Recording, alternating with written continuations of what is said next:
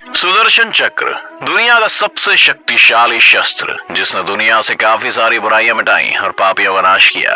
महाभारत काल में चाहे समय को रोकना हो या शिशुपाल का वध करना हो, इस चक्र ने भगवान श्री कृष्ण का खूब साथ दिया। लेकिन एक दिन अचानक ये चक्र गायब हो गया और तब से यही सवाल था कि आखिर ये चक्र गया कहाँ। दोस्तों, आज हम आपको बताएंगे कि कैसे इतना शक्तिशाली चक्र कहाँ गायब हो गया। सुदर्शन चक्र हिंदू माइथोलॉजी के हिसाब से दुनिया का सबसे शक्तिशाली हथियार है। ये कोई आम हथियार नहीं है, ये एक ऐसा हथियार था जो दुश्मन को एक ही पल में सर्वनाश कर सकता था। ये भगवान विष्णु का शस्त्र था, जिसे भगवान विष्णु और उनके अवतार ही धारण कर सकते थे। ऐसा हथियार जिसका निशाना कभी नहीं चूक सकता था। भगवान कृष्ण जिस कारण भी सुदर्शन चक्र को छोड़ते थे, ये चक्र वही काम करके आता था। सुदर्शन चक्र एक ऐसा अचूक अस्त्र था जिसे छोड़ने के बाद ये लक्ष्य का पीछा करता था। ये आजकल के मिसाइल, रॉकेट, इस सब चक्र के आगे बहुत कमजोर थे। सुदर्शन चक्र भगवान विष्णु के मन की बात सुनता था और उन्हीं की आज्ञा मानता था। पुराणों के मुताबिक ये चक्र किसी तरीके से नहीं चलाया जाता, बल्कि ये तो इच्छा शक्ति के हिसाब से काम करता था। ये चक्र कभी गलती नहीं करता था। जिसे मारने के लिए इसका इस्तेमाल किया जाता था, ये उसी को मारकर वापस लौटता था। इस वजह से भगवान विष्णु इसे सोच समझ कर इस्तेमाल करते थे। महाभारत के युद्ध में भी श्री कृष्ण ने आखिरी बार इस शस्त्र का इस्तेमाल किया था। उसके बाद सुदर्शन चक्र के इस्तेमाल का कभी कहीं जिक्र नहीं मिलता था। आखिर कहाँ गया शक्तिशाली चक्र, बताएंगे दोस्तों आपको। लेकिन उससे पहले जानते हैं कि ये चक्र दिखता कैसा था और भगवान विष्णु को आखिर ये मिला कहाँ से। इस चक्र की आकृति को लेकर भी पुराणों में अलग अलग वर्णन मिलता है। ऋग्वेद के मुताबिक सुदर्शन चक्र एक गोल चक्र है जिसमें 108 ब्लेड्स हैं। ये चक्र कई योजन की दूरी तय कर सकता है। एक योजन में करीब 8 माइल्स होते हैं। वामन पुराण के मुताबिक इसका केंद्र वज्र से बना हुआ है। इसके केंद्र में 12 तीलियां हैं, तो वहीं 6 नाभि हैं।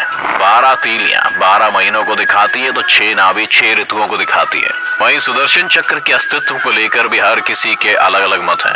मान्यताओं के मुताबिक ये चक्र भगवान विष्णु की तर्जनी उंगली में, वहीं भगवान श्री कृष्ण के हाथ में अंगूठी की तरह समाया हुआ था, जो लगातार घूमता रहता था। ऋग्वेद के मुताबिक ये कोई चक्र था ही नहीं, ये एक समय का चक्र था जो लगातार चलता रहता था। जब भी भगवान विष्णु को समय में फेरबदल करना हो या फिर किसी को उसके पापों की सजा दिलानी हो, तो भगवान विष्णु और उनके अवतार इस चक्र के जरिए समय को रोक देते थे। मान्यताओं के अनुसार जब भगवान को किसी पापी का नाश करना होता था, तो भगवान समय के चक्र में जाकर दुश्मन को निहत्था कर देते थे और फिर इस पर वार करते थे। भगवान विष्णु इस चक्र को अपनी इच्छा शक्ति के मुताबिक प्रकट करते थे। वहीं भगवान कृष्ण ने सुदर्शन चक्र के जरिए महाभारत काल में बहुत से दुश्मनों का सर्वनाश किया था और वहीं भगवान ने समय चक्र के रूप में भी इस्तेमाल किया, इसीलिए इसे समय चक्र कहा गया था। इस चक्र के जरिए श्री कृष्ण समय को रोक कर रख सकते थे, समय के पीछे जा सकते थे, समय के आगे भी जा सकते थे। इस समय चक्र का इस्तेमाल श्री कृष्ण ने महाभारत में जयद्रथ के वध के लिए किया था। दरअसल जब अर्जुन की पुत्र अभिमन्यु को चक्रव्यूह में फंसाकर जयद्रथ ने अभिमन्यु की हत्या कर दी थी, तब अर्जुन ने अपने बेटे की हत्या का बदला लेने के लिए प्रतिज्ञा की थी कि वह अगले दिन सूर्यास्त होने के पहले ही जयद्रथ की हत्या कर देगा, वरना वह खुद को जलाकर खत्म कर लेगा। अगले दिन कौरवों की सेना शाम तक जयद्रथ की रक्षा करती रही और अंत में जब अर्जुन निराश हो गया, तब भगवान श्री कृष्ण ने अपनी माया की और कुछ देर के लिए सूर्य को छिपा दिया ताकि कौरवों को भ्रम हो सके। जब कौरव बहुत खुश हुए और अर्जुन बहुत निराश, तब कृष्ण ने अपनी माया समेट ली और सूर्य को वापस उदय कर दिया। ये देखकर जयद्रथ घबरा गया और उसे अपनी मौत सामने दिखने लगी। तब अर्जुन ने अपने बेटे की मौत का बदला जयद्रथ को मारते हुए लिया। उस समय श्री कृष्ण ने सुदर्शन चक्र के जरिए समय को कुछ पल के लिए रोक दिया था और कौरवों को भ्रमित कर दिया था। इसके अलावा जब अर्जुन युद्ध से घबराए हुए थे और वो युद्ध में भाग नहीं लेना चाहते थे और दुखी थे, तब उनको उनके कर्तव्य का ज्ञान कराने के लिए श्री कृष्ण ने उन्हें गीता का उपदेश दिया था। उस समय भी श्री कृष्ण ने अर्जुन को गीता का ज्ञान देते हुए समय को सुदर्शन चक्र की सहायता से रोक दिया था और अर्जुन को ये ज्ञान दिया था। बाद में उन्होंने इसी चक्र की मदद से वापस सब कुछ पहले जैसा ही कर दिया था। दोस्तों, इन्हीं सब बातों को लेकर लोगों के अलग अलग मत हैं। कुछ का कहना था कि ये चक्र भौतिक हथियार था ही नहीं, ये तो बस भगवान विष्णु की इच्छा शक्ति से पैदा होता था और भगवान विष्णु इसे जिस तरह से चाहे इस्तेमाल कर सकते हैं। ये भगवान विष्णु की इच्छा शक्ति से पैदा होने के बाद हवा और आग के संयोग से अपना काम करता था। वहीं कुछ लोगों का मानना था कि सुदर्शन चक्र एक भौतिक हथियार था जो भगवान विष्णु और उनके अवतारों को ही मिलता था और सिर्फ वही से चलाने की विधि जानते थे। पौराणिक कथाओं के मुताबिक सुदर्शन चक्र की उत्पत्ति को लेकर अलग अलग कथाएं जुड़ी हुई थी। शिव पुराण के मुताबिक एक भौतिक अस्त्र ही था और ये विज्ञान के मुताबिक बहुत शक्तिशाली बनाया गया था। इस चक्र की उत्पत्ति के लिए कई सारी कथाएं फेमस हैं, पर सबसे ज्यादा प्रचलित ये कथा है कि चक्र भगवान शिव ने भगवान विष्णु को दिया था। दरअसल एक बार राक्षसों ने देवताओं का जीना दुश्वार कर दिया था।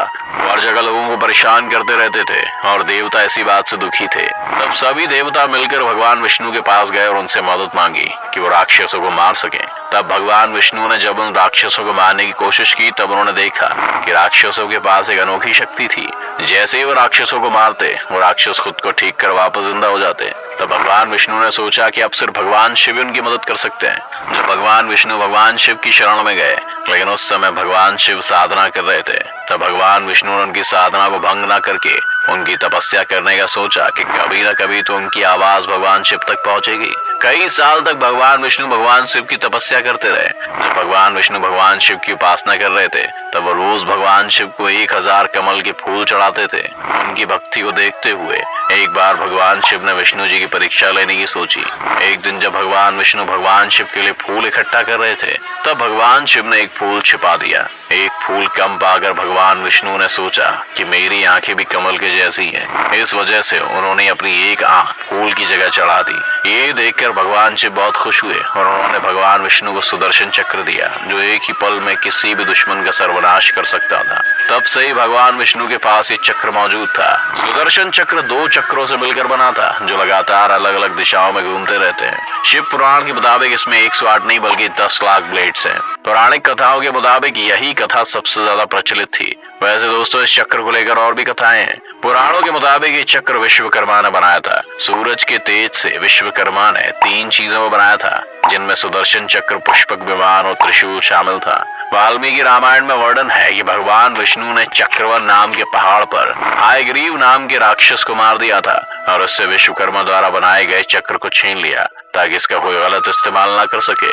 और दोस्तों, ये बात सही नहीं मानी जाती, क्योंकि पौराणिक कथाओं में ये बात का उल्लेख था कि इस चक्र को भगवान विष्णु के अलावा कोई और नहीं चला सकता था, ना ही इसे चलाने की विधि जानता था। कुछ शास्त्रों में ये भी लिखा था कि इसे भगवान बृहस्पति ने बनाया था। उन्होंने चक्र ब्रह्मा, विष्णु, महेश तीनों की शक्तियों को मिलाकर बनाया था और अंत में उसे भगवान विष्णु को सौंप दिया गया। ये कथाएं दोस्तों कुछ मतों में सही नहीं लगती।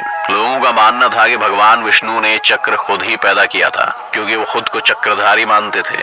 ये तो सभी मत इस चक्र की उत्पत्ति को लेकर हैं, लेकिन जो बात आज भी रहस्य बनी हुई है वो ये है कि आखिर ये सुदर्शन चक्र आज कहाँ है। भगवान विष्णु का भगवान कृष्ण के बाद कोई अवतार नहीं हुआ, ना ही उनके बाद कभी इस चक्र का कोई उल्लेख हुआ है। दोस्तों, इस सवाल का एक जवाब भविष्य पुराण में मिलता है कि जब श्री कृष्ण ने अपनी देह त्यागी, तब ये चक्र भी उनके साथ ही धरती में समा गया और आज भी ये वही है। कलयुग में अपराध बढ़ जाने पर जब भगवान विष्णु कल की अवतार लेकर वापस आएंगे, तब ये चक्र भी उनको मिल जाएगा, क्योंकि ये चक्र चक्रधारी विष्णु जी का ही था। तो दोस्तों, ये थी सुदर्शन चक्र के बारे में पूरी जानकारी।